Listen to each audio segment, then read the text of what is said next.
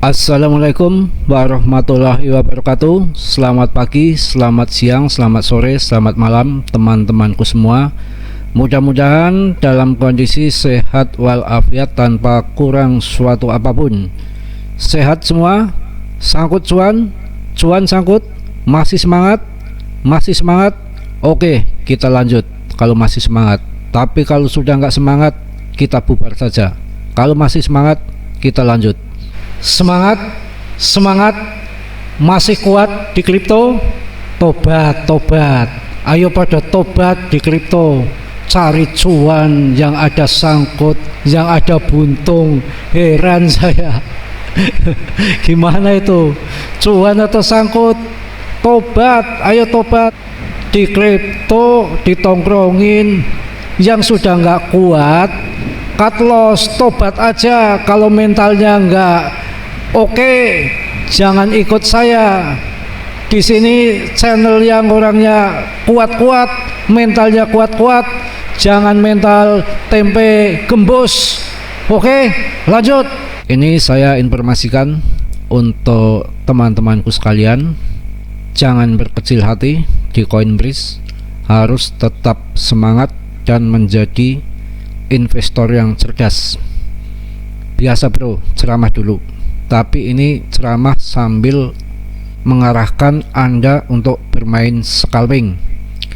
Ini untuk yang bermain scalping di Coinbase, bukan yang untuk jangka panjang. Oke, kita lanjut. Saya akan membantu bagi orang yang nggak tahu technical analisis, orang yang males untuk cek technical analisis.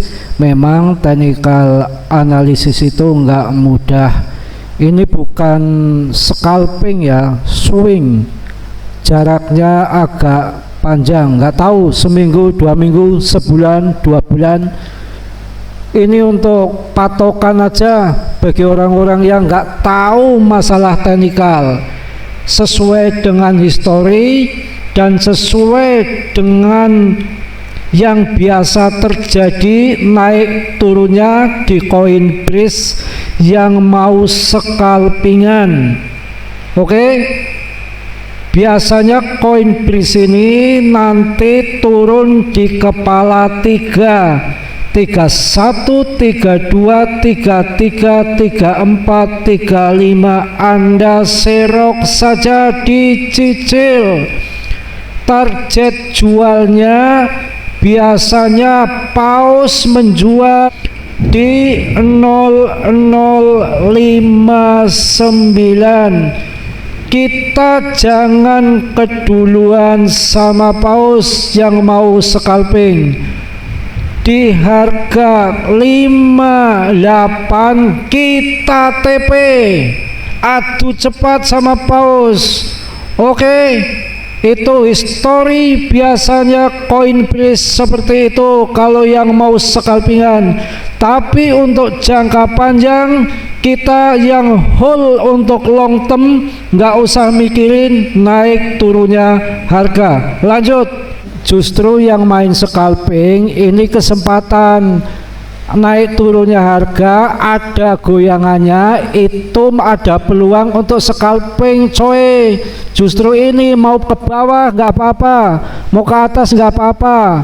Yang mau leverage, yang mau down itu ada di eseng apa saya lupa, itu untuk scalpingan down sama up. Untuk bridge ada coy. Coinbase ini lagi menuju ke arah bawah. Kita lihat di CCI-nya, ini sudah menunjukkan mulai penurunan. Jika nanti CCI ini yang kuning, mungkin Anda melihat ya ini ya. Bila CCI nanti meluncur di bawah min 100 ini, di bawah Anda masuk. Setiap CCI ini berada di bawah garis putih, maka akan mantul ke atas. Historinya seperti itu. Jadi kita harus menjadi investor yang cerdas. Pengertiannya seperti ini. gerak-gerik kita itu, psikologi kita itu dibaca dan dipahami sama paus. Paus itu orang-orang yang cerdas bro, orang-orang yang pintar bro. Dia akan mempelajari dan memperhatikan psikologi kita. Biasanya di mana titik terendahnya harga ataupun demand para retail itu biasanya itu nunggu di mana, mentoknya di mana. Mungkin kalau nanti turun di 31, harapan kita sampai 31, tapi nggak tentu, kita nggak bisa meramalkan pasnya di mana penurunannya. Bisa di 32, bisa di 35, bisa di 37, bisa di 38. Saya dari kemarin aja nunggu di 32 nggak kesentuh-sentuh bro.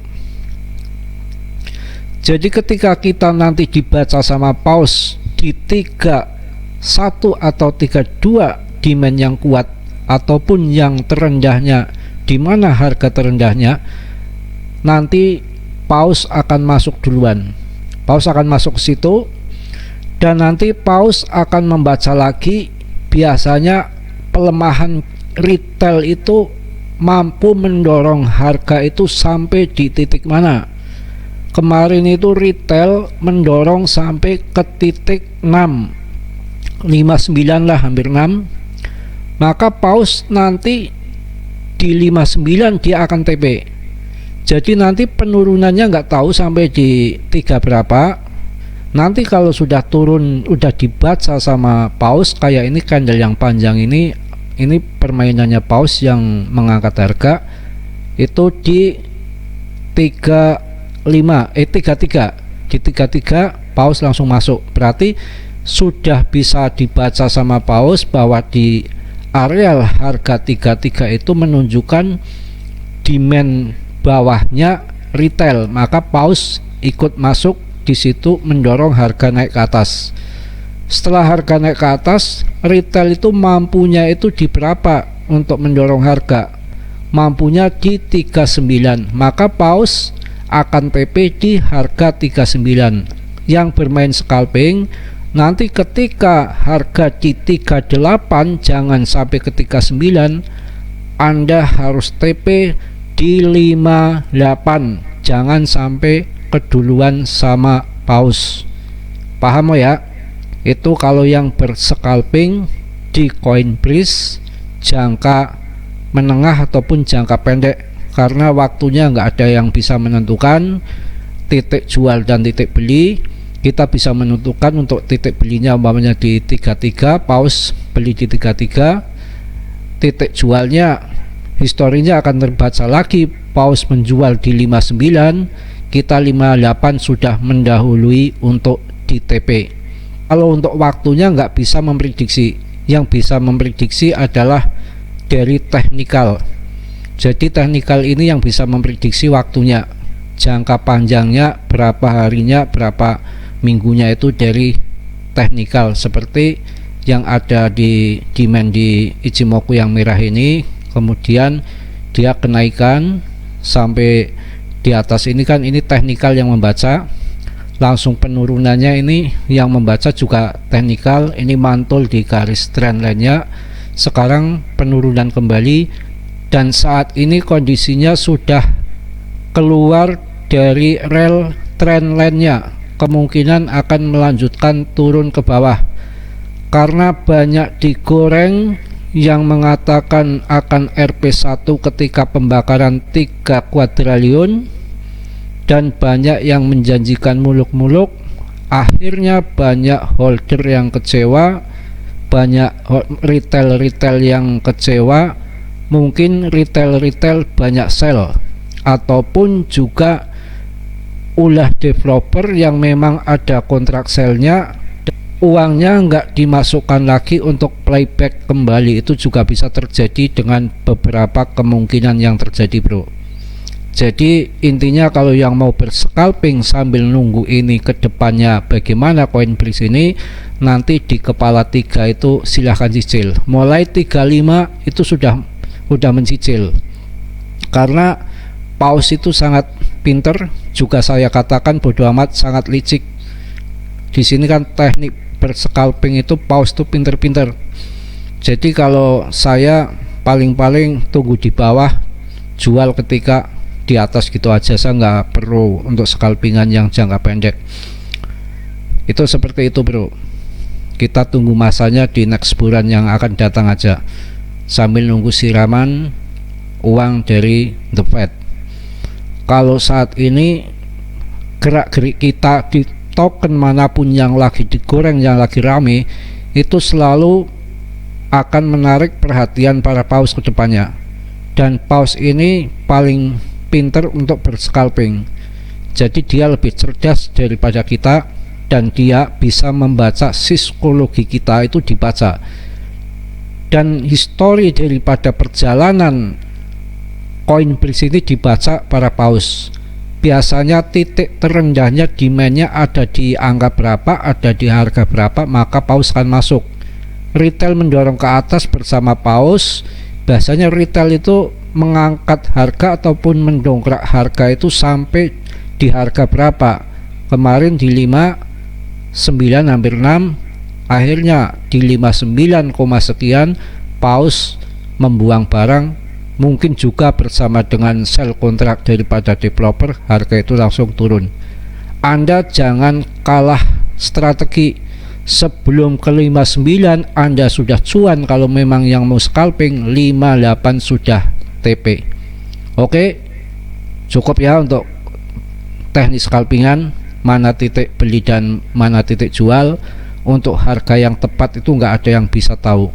Jadi saya sendiri masang jaring di harga 32 itu pun dari kemarin nggak kesentuh-sentuh karena lagi digoreng, turunnya alot sekali. Tapi nanti kalau udah ada fat-fat yang nggak baik, ini aja sekarang dengan pembakaran 3 kuadriliun banyak yang kecewa, kemungkinan harganya kok nggak naik-naik. Di Big VNext juga nggak naik-naik. Itu mungkin bagi holder yang nggak sabar lepas barangnya, harga turun lagi, itu kesempatan kita untuk masuk.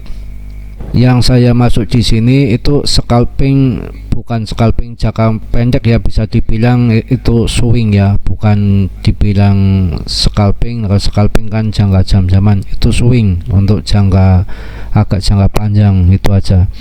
Dan ini saya informasikan untuk yang tidak ngerti technical analysis, kan tidak semua orang itu ada waktu untuk mantengin candle, dan tidak semua orang itu akan ngerti, dan nggak semua orang tahu technical analysis yang memang sangat rumit.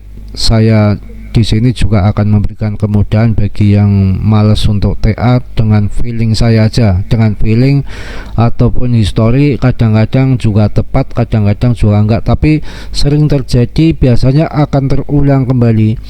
Jadi saya katakan ini untuk swing agak panjang jangkanya, tapi dijamin cuan daripada kita sangkut ya, karena naik turun harganya nanti bisa kita lewati. Contoh ini untuk BP Dogecoin itu kalau mau masuk itu di kepala 2 ataupun kepala 1, kita tunggu saja, nggak tahu waktunya sebulan, 2 bulan, 3 bulan, sampai bahkan 6 bulan. Itu nanti akan naik di kepala 7, kita ambil di kepala 2, naik kepala 7, kan sudah 3 kali lipat kita punya untung. Kita harus cerdas seperti itu.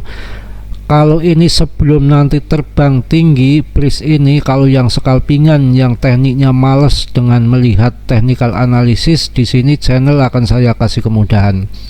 Di kepala 3, entah 34, entah 35, syukur-syukur 31, kadang 37 sudah mantul kembali, tapi jangkanya panjang. Nanti di TP di mana? Di 59 sudah untung 1 kali lipat, lumayan di BRIX ya. Kalau BRIX itu psikologinya kita itu dibaca sama paus, di mana kita masuk, demand masuk, di mana retail memompa harga kekuatannya sampai di mana, maka paus akan TP di situ. Makanya kita waktu ketika kemarin naik sampai harga 59, sebetulnya kita jangan sampai kalah cepat sama paus. Di harga 58 kita sudah TP duluan bro, seperti itu. Jadi nanti kalau yang mau scalpingan, andaikan harga ini turun di kepala 3, saya ngomong kepala 3, tapi 3-nya itu saya nggak bisa menentukan.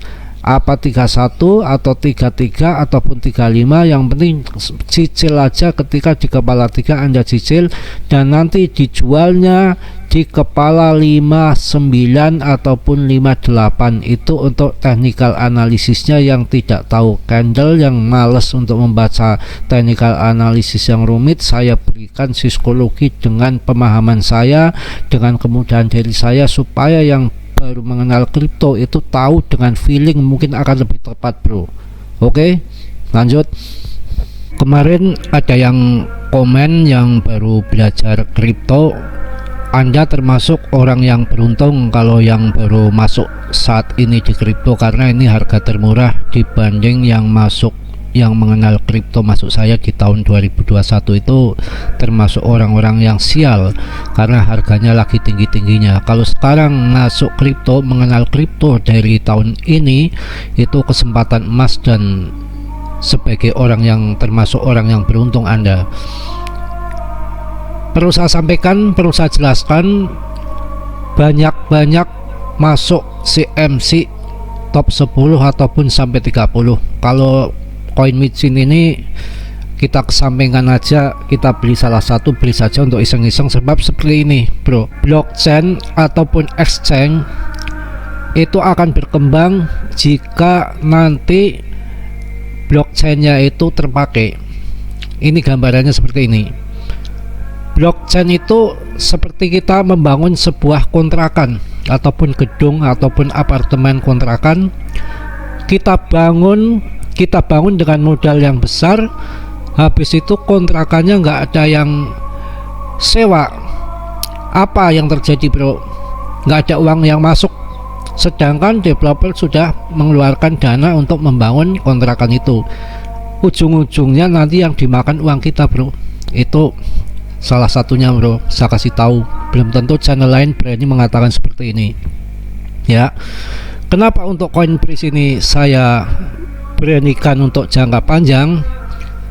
Barangkali developernya komitmen, nanti berani melepas diri, memang perlu waktu melepas diri dari BSC, kemudian dia berdiri sendiri di blockchainnya dia, itu baru hebat. Tapi memang perlu waktu, makanya saya bilang nanti ditunggu sampai 3 tahun. Waktu BNB dulu itu keluar dari ERC itu kan masanya 3 tahun, bro, kalau Anda ingat. Jadi dia 3 tahun masih ngikuti blockchainnya ETH. Setelah 3 tahun dia berdiri di blockchainnya sendiri. Itu mudah-mudahan nanti seperti itu, ya. Perlu saya pertegas lagi agar Anda lebih jelas bahwa yang namanya CoinBridge itu punya BRC20, itu blockchainnya. Itu ibarat orang bikin kontrakan, bikin gedung, itu harus ada yang isi. Tapi kalau gedungnya nggak laku, ya sama aja sia-sia, bro. Makanya saya kasih pengertian seperti itu. Seperti juga andaikan membuat exchange-nya kok nggak laku, nggak ada pemasukan, ya percuma saja, bro. Nanti yang dimakan ujung-ujungnya uang kita. Semua itu tergantung investornya gimana. Makanya nggak usah terlalu banyak berharap di Coin Micin, mending masuk top CMC. Tapi mudah-mudahan Bridge ini nanti kedepannya nggak seperti itu. Blockchainnya karena nol gas fee, mudah-mudahan nanti ke depan bisa beralih ke blockchainnya sendiri tanpa harus nebeng di BSC Scan. Itu harapan kita akan terbang nanti ke depan daripada Bridge tersebut, bro, ya. Itu aja, ya. Dan ini sekalian, kalau yang mau masuk di Bridge itu belum tentu nanti jatuh sampai harga di kepala 3. Syukur-syukur nanti jatuh di kepala 3, ya. Orang sabar pemenangnya, semua kita nggak tahu. Kalau lihat di CCI-nya ini sudah waktunya masuk, bro. Ini sudah ke bawah. Kalau yang video tadi kan saya bahas di awal itu belum main daripada 100, ini yang di bawah. Ini sekarang sudah di bawah, sudah main daripada yang 100. Ini kemungkinan akan mantul ke atas, kemungkinan loh. Nyatanya ini ada sendo panjang di candlenya, berarti ini sudah mulai serok. Gila nggak? Ini belum sampai di kepala 3, belum, masih di kepala 4. itu aja sudah pada serok bro. Makanya orang yang nggak ngerti di dalam permainan kripto, scalpingan ataupun tiap hari di cekoki berita yang besok RP1 dalam waktu dekat, amankan dompet kalian segala macem, itu yang bodoh bagi saya. Makanya nggak usah apa yang namanya terlalu mempercayai yang tidak logika. Kita harus sabar, naik turun. Kalau investasi harus jangkanya jangka panjang. Kalau yang mau scalpingan nggak tahu technical analisis juga percuma gitu loh ya. Kita sabar aja, tunggu jogetannya, goyangannya dangdut, roncong ataupun pop, kita nikmati aja. Tinggal nanti setelah apa harganya tinggi cuan tinggal TP. Di sini tuh yang nggak ngerti technical analysis juga saya bimbingan feeling saya, dan feeling itu, history itu akan terjadi berulang-ulang. Saya katakan berkali-kali ketika Dogecoin itu, maksud saya Baby Dogecoin itu sudah ada 4 kali ataupun 5 kali ketika harga di kepala 2 mantul kembali sampai di kepala 7. Saya itu dulu pernah sangkut uang 10 juta itu tinggal uang 700.000, tapi kejemput lagi di Baby Doge. Jangkanya lama, ada 1 tahun baru kejemput. Itu hanya kejemput, belum untung karena masuknya keburu-buru. Kalau masuk di kepala 2, maksud saya pas nanti pumping sampai kepala 7 kan Anda dapat 3 kali lipat, maksud saya seperti itu, demi kalian semua bro gitu. Kalau di pris ini yang sudah terjadi ada 2 kali, kalau nggak salah barangkali nanti terjadi lagi ketika turun di kepala 3, kadang 31, kadang 32 yang saya sebutkan berulang-ulang itu pasti mantul ke atas. Mantulnya tergantung, kalau demandnya lagi kuat sampai kepala 7, tapi akhir-akhir ini karena banyak fat-fat yang jelek dari Fed juga, ekonomi juga yang kurang menentu, itu memang nggak sampai ngepam tinggi, paling di kepala 6. Makanya 58 atau 57 kita TP dulu, jangan kalah cepat sama paus. Itu bagi yang nggak ngerti technical analisis, saya kasih seperti itu, saya kasih ibaratnya gambaran seperti itu. Pakai feeling aja lebih enak, beli di titik ini, jual di titik ono, gampang kan ya. Sekarang kita lanjut ke CMC. Di CMC ini BTC nya naik turun biasa, sorong atas sorong bawah sama bandar. Kalau yang kemarin berita kebangkrutan bank-bank banyak sekali itu, efek dominonya itu nanti akan merembet ke bank-bank yang lain. Jadi bisa dikatakan nanti ada penurunan lagi di market ini. Itu hanya prediksi aja. Kadang-kadang yang terjadi all season juga nanti ada waktunya. Masalahnya BTC dominonya juga menguat terus, jadi nggak bisa kalau BTC naik. Nanti kalau dominonya sudah melemah, baru all season ada kenaikan. Itu semuanya proses ya bro ya.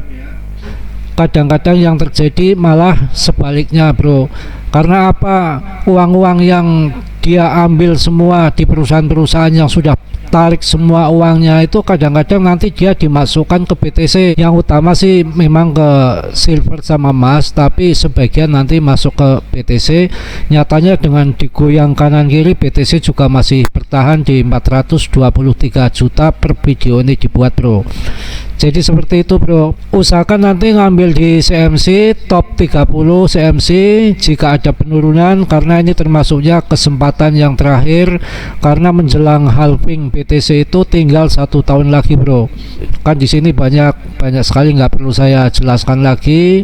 Memang permainannya seperti itu, kita harus sabar untuk jangka panjang. Dan kita melihat yang saya bilang kemarin bahwa Hebar ini punya orang kuat di AS, di kalangannya orang-orang Biden, makanya ini paling naik sendiri. Pokoknya beli koin-koin ini seperti ini menjanjikan, punya orang-orang besar, orang-orang kuat, isi aja nggak akan menyentuh. Itu Hebar, masuk di Hebar. Sekarang berapa harganya? Cuma 1000 bro, kan murah ya. Di situ Aptos juga masih bertahan. Ini kalau Aptos ini nanti penurunannya sampai 100.000 masuk bro.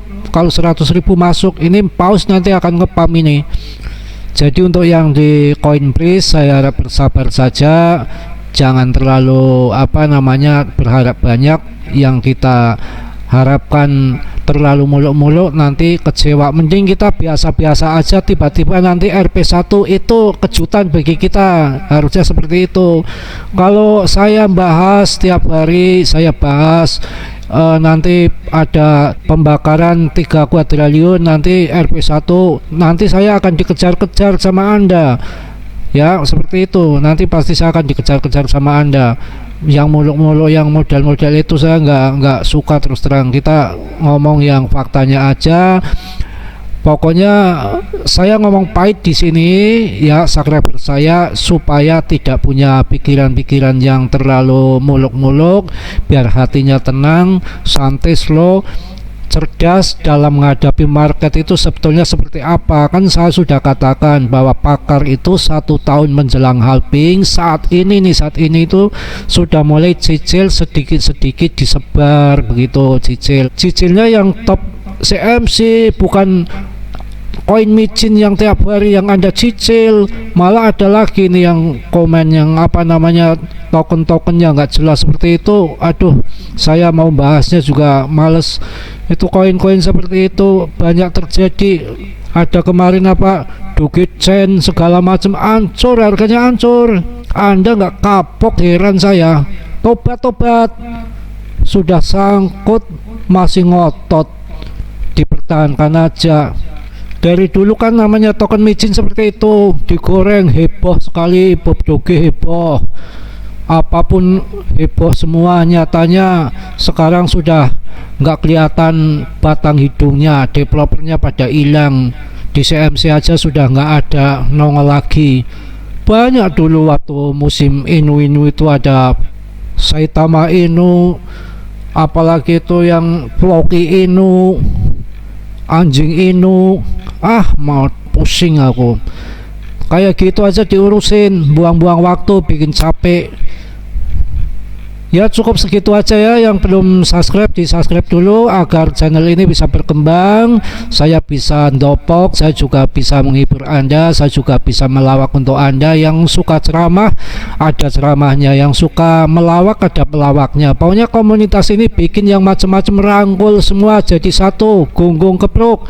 Mungkin hanya itu aja. Yang belum subscribe di subscribe. Mudah-mudahan kondisi teman-teman semua dalam kondisi sehat walafiat tanpa kurang suatu apapun. Wassalamualaikum warahmatullahi wabarakatuh.